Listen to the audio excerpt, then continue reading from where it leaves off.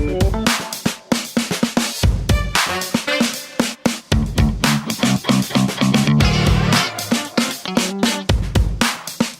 everyone, welcome to the Kolpak and Izzo podcast as we get ready for North Dakota State football as the Bison will welcome in the University of North Dakota for round 117 between the Bison and the Fighting Hawks. It's officially round 7 in the Division I era. I've done the official counting. You want to know how many of these you've covered? What? You want to take a guess? How many have I covered? 31. I was gonna that's the number. 31. There it is. Good job. Thanks. Granted, it got easier when they didn't play for 12 years, right? You know, first of all, I want to apologize for the vacancy in the last 2 weeks of the podcast. I've had a couple comments and a couple. I did too. And I appreciate that. Yeah, I appreciate you guys. People missing it, so we're make sure we're going to do this here each and every week going forward. All right, so let's hit a couple things here. The first topic I want to get to was discussed that Brad Schlossman wrote something in the Herald because he spoke with both Matt Larson and Bill Chaves, the respective athletic directors, about Travel and Trophy. But you brought in something today that even usurps that. You've already gone viral. You're an author. You got a new book coming here, which I want to chat about before we're done. But this is even beyond that now. So you talk about the new world of media, and so our friend Rob Beer over at the Forum, one of our own, took my story today on 5 things, which is a lighthearted look at the opponent every week. And he threw it into AI and came up with his own talk show based. So am I going to sue Rob Beer for this? I wouldn't sue Rob. Well, who am I suing? Let's play it. Today's deep dive. It's a rivalry. Okay. So this intense, is my story. So steeped in history and these quirky traditions, you must wonder, is a trophy even necessary? Who are these people? And yes, I don't know. Before you even ask, we've got stories about vanished They may trophies, replace us. serious pants-related events, and a quarterback legacy that rivals some of the biggest names in the NFL. Wow. Biggest names it is in the fascinating NFL. how just one game can encapsulate so much of what makes college football so captivating, you know? Right. We're diving into the University of North Dakota, the Fighting Hawks versus North Dakota State University. You sent this over, and at first I'll admit I was like, okay, a local face-off, but then I started reading, and it's a little more than that. It's an understatement. This article we have from Jeff Kolpak, I mean, he brings this rivalry to life. He's got this playful tone to his writing. It's almost like he's letting us in on like a Go back, Jeff Kolpak. I mean, he reading and it's a little more than that. It's an understatement. This article we have from Jeff Kolpak, I mean, he brings this rivalry to life. He's got this playful tone to his writing. It's almost like he's letting us in on like a local secret. Local secret. How about that? Have you ever been described with that with your writing in all of your years? Who do I sue for this? They're ripping off. Hey, man. It's AI ripping off my article into a talk show. This is where we're going. Wow. Yep. That guy's voice also very melodic. It was very calming, soothing. Yeah. People like that. If you have trouble sleeping, if my stories don't put you to sleep, just put this in.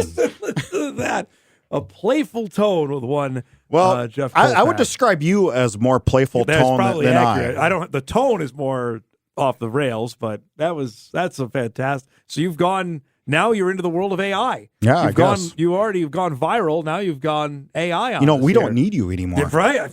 They just take my stories and throw it into a talk show. There you have it. We don't need you. Okay, so give me your 2 cents on this, because Tim Polasek kind of waffled on this during his press conference, because he was flat out asked, I believe Devin Fry asked him from Valley News Live, on if there should be a trophy with this game. And Polasek has been around trophy games. Heck, he played, I think, 3 or 4 a year at Iowa. He's around the 3 a year in Wyoming. The Wyoming-Colorado State rivalry is the Bronze Boot, which is a huge game.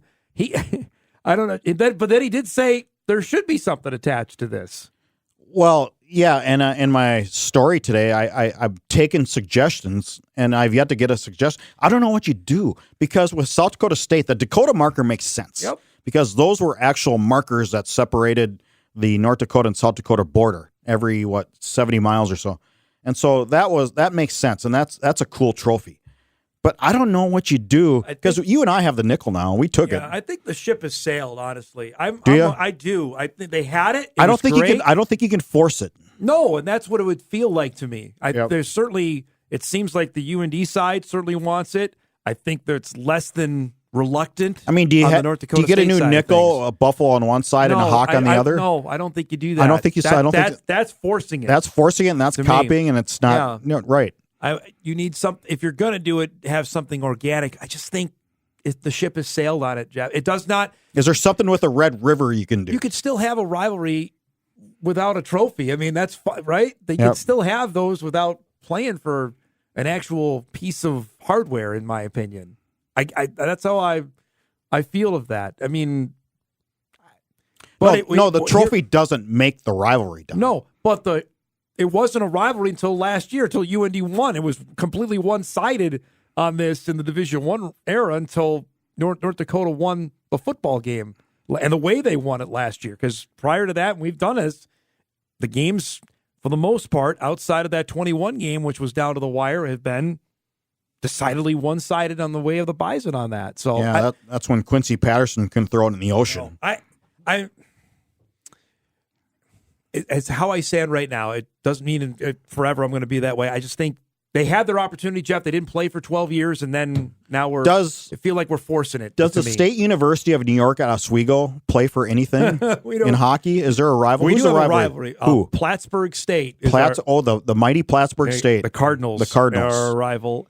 And in hockey, we have a tradition that every time we score a goal against them, we throw bagels on the ice because we love to. And it gets that's intense. It gets quite the. You throw bagels on the ice. It does, and it's quite. It is a rivalry like there, but we don't everything have bagels, blueberry bagels, anything get your hands on, man. They throw them out there. But, so that week, the bagel shops stock up, but it's not. They make money, but we don't have. There's no traveling trophy on that. And the Bison have one. They have one with the Jackrabbits. And I think you can have two, but again, you can't force it. Right, but that's what it feels like, unless it's something organic. And I get it. The Bison Jackrabbit thing we've talked about, it was completely contrived because that wasn't a thing, right? That wasn't a rivalry. They made that up, and it's become something. Correct. We were very skeptical when that happened. Yeah, and it's become something now. It's a deal. And if you were to talk to majority of the players, I think they would tell the Bison players would tell you their rivals would be South Dakota State. So on that note, maybe you just force something because that was forced. It felt forced. Yeah. So maybe you just, but there's a blueprint there. When did it become a rivalry to you? Is when the Jacks and the Bison played in the playoffs. So if it happens this year, then we can accentuate something. I don't know. I think the winning team in the 2007, 8, 9 seemed pretty happy when they went running after the trophy. But it went to another level. Of course. When they played in 12 twice, and they played in 14, and they played in 16, and they played in 18. That were different eras of that. So I wanted to start there. Anyway, we're taking suggestions. If somebody out there has an idea, go for it. Have you got anything worthy of zero? Okay, zero. That might reflect of what we're talking about on that. That leads to my other point, because now here we are. We're recording this on Friday, day before the game. Have you got a sense? Is there a noticeable vibe around or not yet on attention for this football game? Yes, much more than the previous games of the Fargodome. What are the 4 previous games? Mm-hmm. Yep, no doubt about it. Obviously, a lot has to do with last year, the NDSU getting beat up and beat down and embarrassed. Yep. I think there's that. I think there's I get a sense more UND fans are coming to this game than before too. Yes, I think so. I'll be interested to see how many green and white. My sister-in-law is coming from Minneapolis for this game. Yep. For God's sakes. Yep. I don't think she knew it was played before this year. There is the game is sold out, which adds another element to it. But that I'll be curious to see how many UND fans are. I think it will be considerably more than we saw. Certainly in 15 and 19. I would expect them to fill up that one section for sure, and then spattering I'm trying to around. remember 22 was the last game of the regular season, and they had a good amount of people, but this will be, I think, by far the most they'll have. So my other sister-in-law was looking for tickets too, and come to you? Well, and there was a possible potential ticket in a suite holder. Oh, but no, not this year. Not with a UND jersey. Everything's dried up. Nope. Not going to happen. You're not going in that suite this year. All right. Well, give me the your 1,000-foot view of UND from what you've done this week, of where you gather with the Fighting Hawks. I know you wrote about it in 5 things that we talked about ad nauseum heading into the season about their quarterback scenario. Simon Rumfo ends up winning the job. What a story he is. Let's just start there. Yeah. I mean, let's be honest. Was he a walk-on? Yeah. When he walked on from Langdon, and he's from a smaller town than Calvin, North Dakota. Population. Is that by where Travis 13, Beck grew up? It's around that area. Yep. And so when he walked on, you're like, okay, whatever. He's going to end up as safety or whatever. Wow, what a story he is. And then when he beat out Trey Feeney, everybody thought Trey Feeney was going to be the guy, right? Correct. I mean, that was, you thought, okay, this is Trey's offense. And then he beats him out, and you're going, And be honest, you thought maybe Trey didn't have a good fall camp, right? Right, yeah. That was your first thought. Initial. Not that he beat him out. Nope. Not that he played better, that Trey just didn't play very well. Yep. Well, I think we found out. Yeah.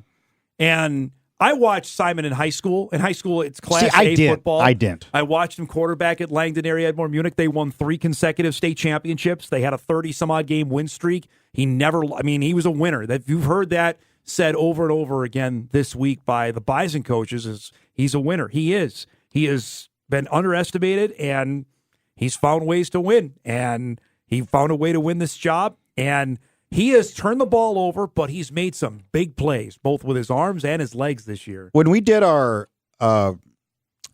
series on homegrown on the North Dakota bred farm kids with Tanner Volson, you did Beck. Yeah, and so we're up there. Yeah. We were filming Travis Beck, and we went to the football field, and Langdon was practicing.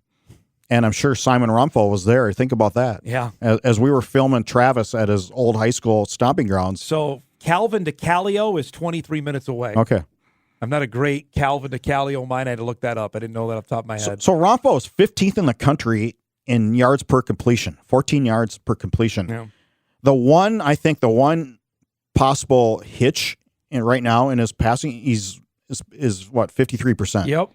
So, and he's had propensity to turn it over. He's thrown 5 picks. Right. That's something where the Bison linebackers, secondary, better be aware of that. But the offensive line is the starter for me for UND. That was where I thought, well, they lost 4 guys. They lost 3 in the portal. How good are they going to be? They've been amazing. They've been really good up front. Seth Anderson, the Bison transfer, the Moorhead kid, is the reigning Valley Offensive Lineman of the Week. Caleb Olson, Lisbon kid, has become one of their standouts there. They have been really good up front. Yeah, I'm going to get into this a little more tomorrow on our pregame show, so I don't want to give away the whole sink here. But left tackle, played 4 games last year. Yep. Left guard, senior who never started from Devil's Lake. Center, redshirt, didn't play much last year.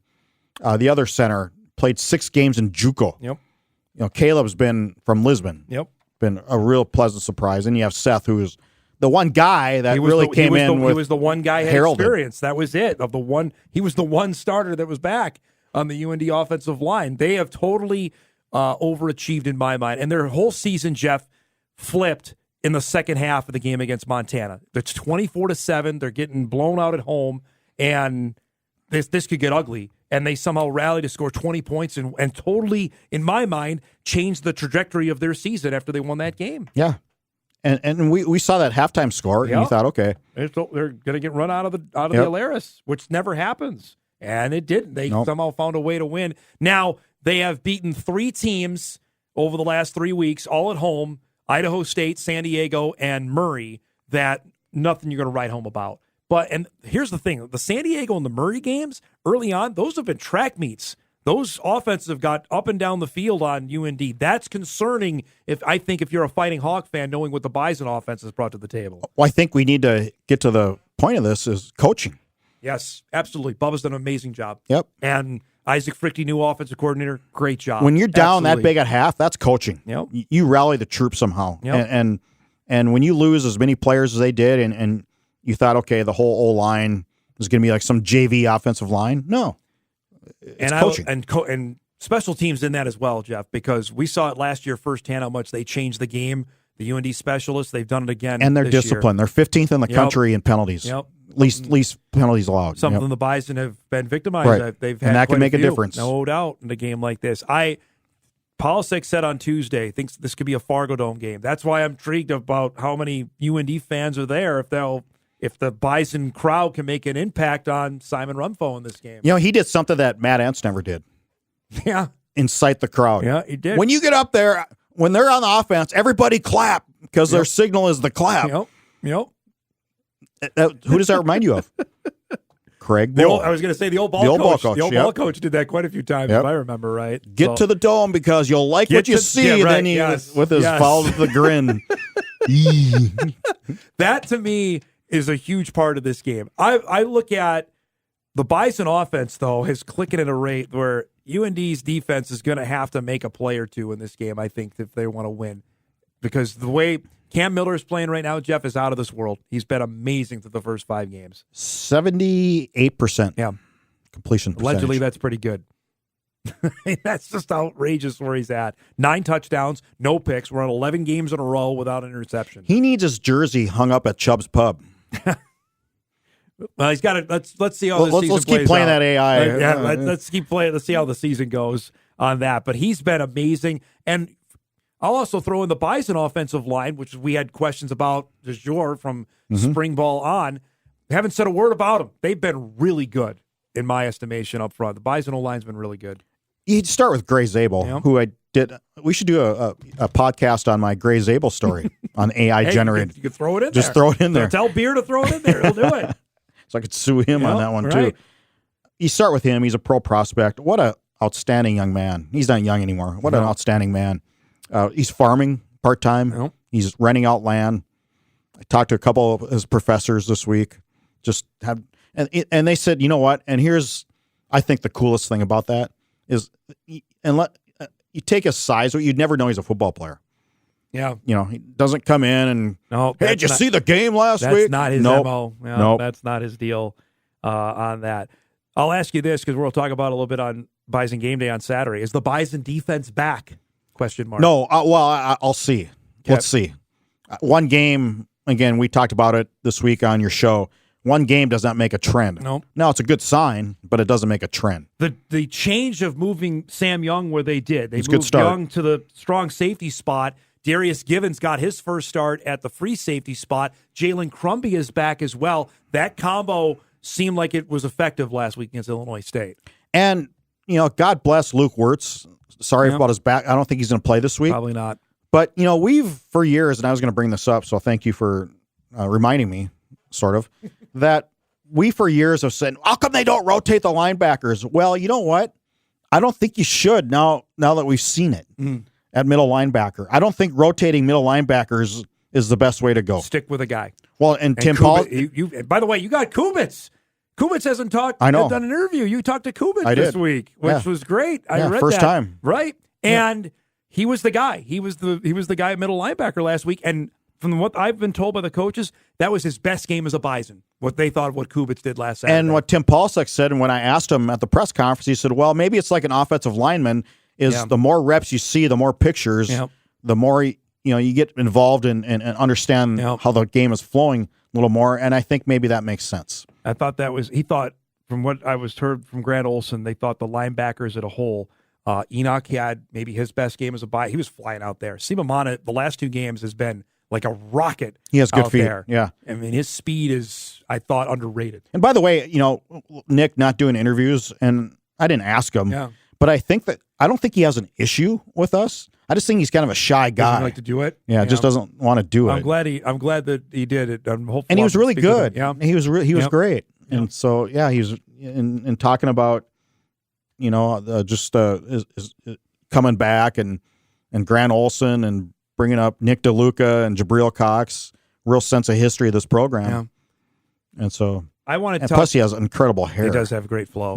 The middle of the defensive line is where this game will be won or lost. Last year, UND did anything they wanted up front. Mm-hmm. This has got to be a game where the Mostarts, Heisman, Dutenheffer, they have to have an impact. They did last week. Because Eli was amazing with 2 sacks. This is a game, Jeff, where they have to win. They have to go back to your point. Last week they did. Yep.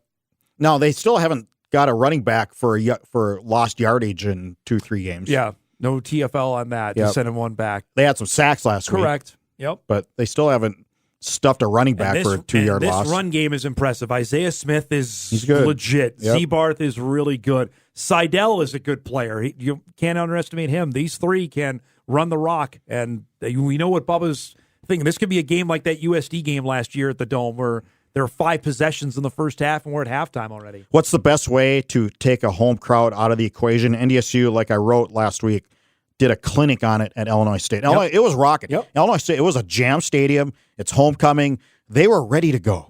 They were ready to go. And what did the Bison do? They ran the rock. They did a 10-minute drive, stopped Illinois State on 3 plays with a sack, got the ball back, went up 14-0, and guess what? Fans were like... It was zonked out of there. The energy was just zapped. So, because we were positioned, I look across, and I could see where the fans started leaving after it was 28-7. People were like, because they had another long drive. The Barica touchdown, they got a turnover, or they forced a punt, got the ball halfway through the third quarter. And then Marty scored, and I saw people were leaving for the like, all right, this one, they just took the whole energy out of the building there. Yeah, you were across the way in the old press box. Did you see us with our feet up by the fireplace? I did not. It was not that. It was a beautiful day, I thought, on Saturday in Normal. That, to me, after seeing how they dominated up front, here's something I thought was interesting because I was intrigued to see how much Polasek would play into what happened last year. He didn't a ton, but I think the message certainly was there from the players. I heard embarrassed 3 times over. Jeff. Oh, did you? From 3 separate players, they used that term about the game last year. Tim, when he goes into these press conferences, he's prepared. He goes, I'll take 2 questions from last year. Which, by the way, his boss used to do that. Craig would say, you know what? Park it. I'll take one more question and park it. We're not going to talk about it anymore. So we have Gene Taylor on the show. We do have. That's going to be fun because Kansas State has a bye week, so he'll be coming. Do you think he'll call us knuckleheads like Craig did? Now, maybe. You 2 knuckleheads, I get it, but Kyle, what are you doing on this show, and what are you doing in the media? I got a sense we'll probably have some other words from Gene. I would imagine from all the conversations we've had. I got a couple things that'll get him going in the past. You talk about playing UND. You go right there. I know that was one that I always got him on, that he got him going on that. But that you're right. He is prepared on that, Polasek, when he comes in. But I think the message has been crafted in a way as well where maybe not to make this, and he said it, I think, when you asked him, not to make it the biggest thing in the world. You got to be a little steady Eddie about it. But it knows full well this is an important game, especially now where we've seen the trend of how the power in the Valley is. The Bison didn't win any of the Dakota games last year, Jeff. Imagine saying that even 5 years ago, that the Bison would be 0-3 against the other Dakota schools. Well, until the playoffs. Correct. Yep. But during the regular season, they got dusted by all 3 of the Dakota schools. Wouldn't have thought that it would have happened ever, and that transpired last season. So that alone, I think there's a little fire in the belly about how they want to come out tomorrow. One would think. But that's the intriguing part of how this game starts, and I'll go back to special teams.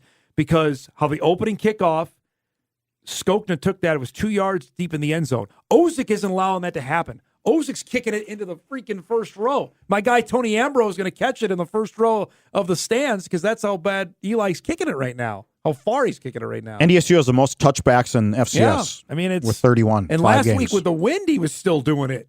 Into the wind last week. Only 3 kickoffs have been returned. And it's not going to happen at the Dome unless he miskicks it. Right, correct. Or it's a penalty. Yep. Something of that ilk that's going to happen. Otherwise, that takes that out of the picture where UND had 2 kick returns to start games last year for touchdowns. And then obviously you flip it with what Jackson Williams has brought to the table. That's an element also that wasn't there for the Bison. And I keep an eye on their wide receivers. We saw Braylon Henderson come back. Potential they could get Rajah Nelson back this week as well. That could be a major boon for the Bison offense. And before we wind this up, what'd you think of Tim's comment on red shirts? He doesn't care anymore. I love it. And that's you and I have talked about this. That is it started basketball. Yeah, basketball's that way. Absolutely. It has to be now. And what he didn't mention, he goes, well, kids graduate in 4 years, and they come to school with so many college credits, and they graduate early. But what he didn't mention was the portal, Correct. too. Yes. That's it. Because how long do you think you're going to have these guys? Yep. If I'm only going to have them for a year or two, we're playing you. You're playing, man. And if you can help us, it has to be. And it's not, I mean, look at Alabama's got a 17-year-old kid who's maybe their star at wide receiver. It's the day and age now. You got to play. And that's why I think you're going to see Will Washington play, freshman corner. We know Williams is going to play. There's going to be a few others out there you're going to see they're going to get their shirt pulled because can they help them win? And we'll worry about the roster management later. Okay, let me take the other side of this, though. Peter Haugo. Yep. Kid from Fargo North. Played 2 games. Played so far. 2 games. Yep. You don't play him 5 in his role right now. Is anybody else getting hurt at that spot? Because if that's the case, then Then he he will is. be playing. I think that's the only caveat. And to is that. he a running back? Came here as a linebacker. He's a running back this Not year. this year. He's a running back this year. Again, it's a year-to-year thing. I don't think there's any decisions on that because next year they have at least one running back coming in, Money Mitchell kid from Illinois. That maybe that'll alleviate that, but at least for 2024, he's a running back. Maybe he goes to linebacker. I think they bring in somebody from the portal too at running back. But to wrap that, I think it's the way of the world now. Okay. You're going to see more and more freshmen coming in playing because, especially at this level of football, simply because you don't know how long you're gonna have them. If you're the Haugo family, and I know the Haugo family, if you're them, do you have a say in it when he's at 4 games and you have 2 to go in the regular season because playoffs doesn't matter? I think that's a conversation, but if I know Peter, he's going to want to play. If you think, hey, they're going to use me, then I don't know, 2 games to burn a year. It's a tough conversation, but I think at this point, that's definitely one you have with the parents. I would think, at that point, you got to bring them in. I think he brought that up too. Yeah. You got to have them come into the conversation, but I think beggars can't be if they're down to 2 healthy running backs. Well, then you have to. He's got to play, right? Because they're only playing right now. There's 3 guys playing. Peter's the 4th guy. Think about that. How go past Kelly Watson, Brady Wobnerek? They're not playing. Peter's number 4 on the depth chart. So if anything happens to Marty, Barika Penu, or there's TK, there's 3 running backs who won't see the light of day. Right, they're not playing. That's why I'm saying that maybe that conversation's already been had as well regarding Haugo. Don't forget, we're on the air tomorrow, 10 a.m. with Bison Game Day. Jeff and myself, Sam Getzinger, Kyle Emanuel. Jeff mentioned that Gene Taylor will join us, and then we're on the air at 2:20 with the kickoff show, and then sellout crowd to fill the Fargodome for the University of North Dakota and North Dakota State. I will not be broadcasting the game in AI. It will be me. There won't be anybody else. You know what I mean? Maybe AI might do a better job. Now, see, I knew you were going to say that. I know. No way. I'm all right. Maybe AI will write better than me. Although AI, they described you as a playful tone. You're a playful I tone. will do my best for my story, my column from the game, to have a playful tone to it. And we are your leaders for Callio to Calvin. Figured that out. It's 23 miles there from those 2 North Dakota towns getting represented this weekend. For Jeff Kolpak, I'm Dom Izzo. That's the Kolpak and Izzo podcast. Thanks for everybody listening, and enjoy the game.